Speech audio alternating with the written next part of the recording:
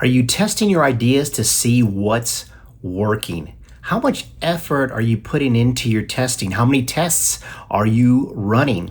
Now, in the last video, I mentioned a really cool experience attending the Downtown Speaker Series in Las Vegas. That was all started by Tony Hsieh, and one of the speakers we had was Troy Carter.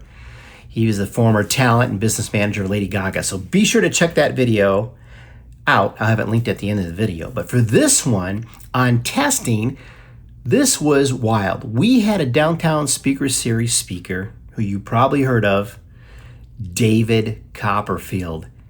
It was absolutely insane. Now, it was several years ago, and this Downtown Speaker Series was near downtown Las Vegas, near the Fremont Street experience, a little bit off to the east side. And these really cool, almost outdoor venue, temporary kind of banquet tents, but they were pretty significantly, it's really huge. But the venue was such a small group. Now, this was open to the public for free, open to our fellow employees, yet wasn't really a huge turnout. I don't know why. It had an amazing speaker series. And this one was David Copperfield. And what was so cool about this is, since it was such a small group, we were so close to him as a speaker. I mean, it was maybe 10, 15 feet away. I was probably in the second or first row, maybe less than 20 in attendance. But what was really cool, he was talking about his experience, his passion for illusions, and he really talked about testing, which was really cool because we did have in our tech space, digital marketing, developers and testing with a website and e-commerce and all of that. So I think that's why he targeted to testing and showing some of the comparisons. Now, one of the things that he talked about as well was having a team, having a very strong team of engineers to design these illusions, and how these illusions take so long to develop.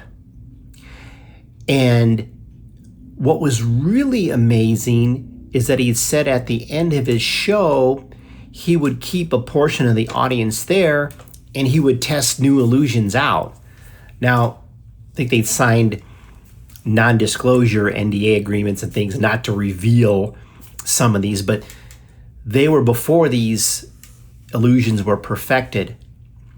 And it was the compounding of time over and over with these illusions to get it dialed in to what we see on television, or if you've ever attended his live performance.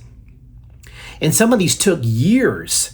And I remember somebody had asked, well, what about these? There was a TV show that would reveal some of these illusions. And he, of course, was aware of it. And he said, the biggest disappointment in that is oftentimes how they reveal certain illusions were created wouldn't work, and that's not how it was actually done. And he said it really diminished the talent of all those engineers and the years of effort he and his team would design these illusions to have somebody do this reveal that was nowhere near the complexity of what it actually took to achieve it. So that was something that really stuck out to me.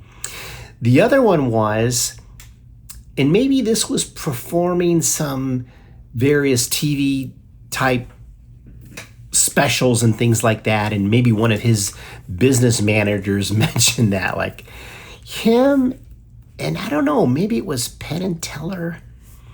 They take on so many projects. Like in one year, they had this crazy goal of what they're trying to hit, when of course the managers are trying to reel them in to focus on, one thing or one project.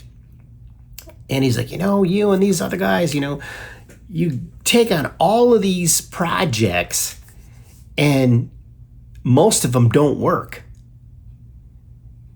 But he questioned it back as to, yeah, but who are your successful ones? Who has the most wins? And it's the ones, of course, that failed the most or tested the most.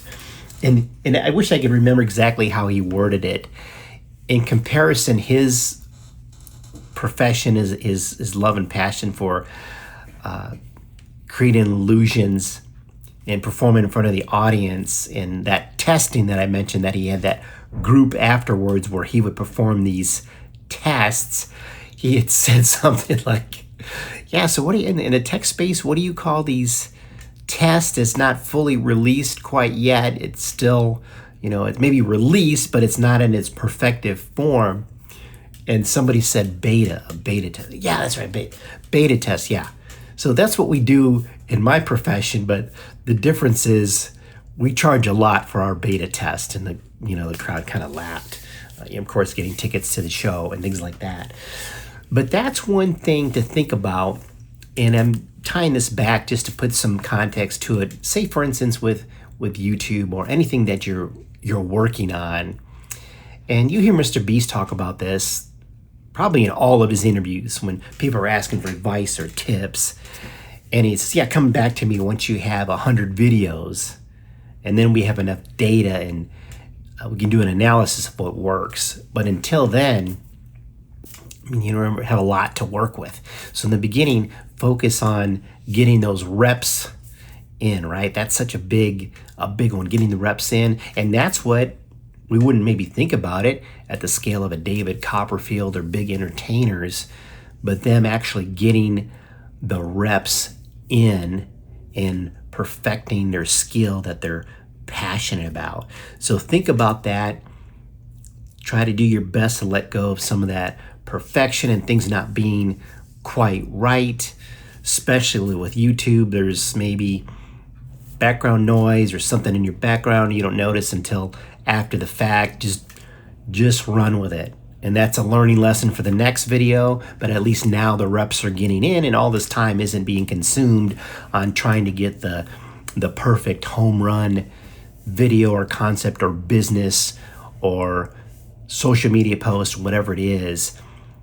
If those big entertainers such as a David Copperfield can do it, so can we. So keep that in mind, keep testing, look at that data, and put in that effort.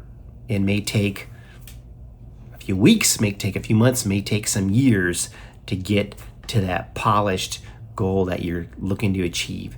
Have an amazing day. Thanks for being here. We'll talk with you soon. Be sure to check out that other video, the other Downtown Speaker Series with Troy Carter, the business and talent manager, former of Lady Gaga. Pretty cool, man. All right, have an amazing day, and we'll talk with you soon. Thanks.